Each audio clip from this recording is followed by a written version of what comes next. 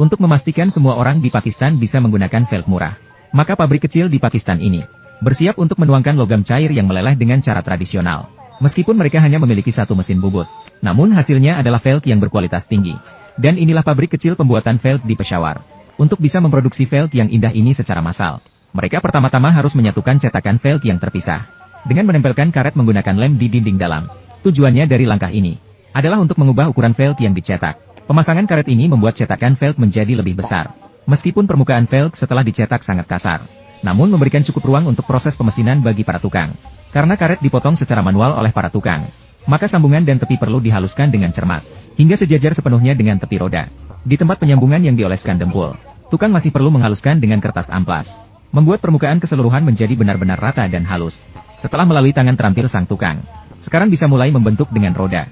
Karena tanah liat mereka adalah daur ulang. Sebelum digunakan secara resmi, harus dihancurkan dengan mesin penghancur pencampur. Setelah melalui netralisasi perekat kimia, tanah liat sudah memiliki sifat lengket, harus diisi ke dalam roda, dan ditekan dan dipadatkan secara manual. Dengan syarat harus membuat cetakan luar. Seluruh permukaan harus ditaburi bedak tol. Tujuannya utamanya adalah memudahkan pelepasan dari cetakan pasir. Seperti roda berlubang seperti ini. Saat membentuk, tidak bisa menggunakan penyambungan dua tahap biasa. Ketika jari-jari roda memiliki bentuk, seluruh cetakan hanya bisa dibuat dalam 3 bagian. Itulah mengapa cetakan mereka memiliki 3 rangka besi. Setelah menyiapkan tempat untuk pengecoran kembali dengan pipa baja bekas, tanah liat di dalam bingkai besi lapis ketiga juga perlu dipadatkan.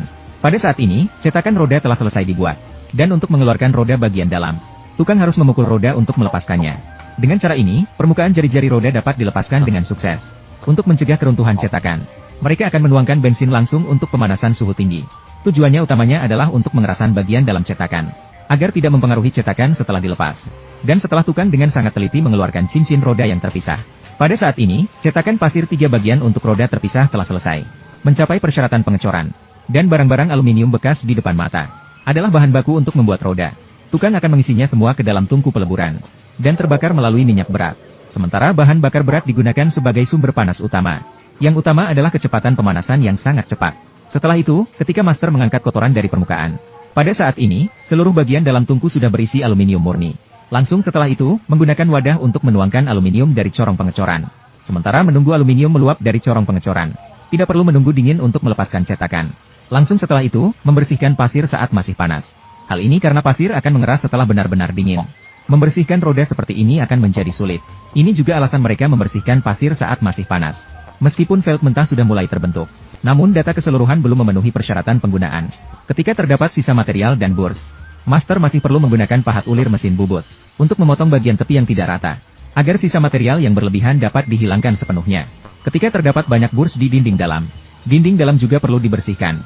Dan jumlah pemotongan yang tebal seperti ini, yaitu ruang pengolahan yang disisakan saat pembuatan cetakan.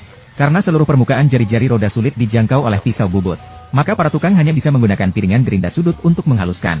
Menghaluskan burs di beberapa bagian tangga dengan cermat. Karena velg memerlukan baut untuk dipasangkan dengan cakram rem.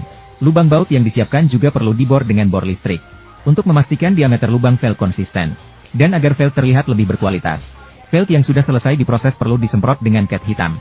Meskipun velg aluminium tidak akan berkarat, namun dengan tambahan cat, barulah velg ini menjadi poin penyelesaiannya. Karena pabrik mereka tidak dilengkapi dengan peralatan pengecatan, maka hanya bisa menggunakan oven besi yang dipanaskan dengan gas cair.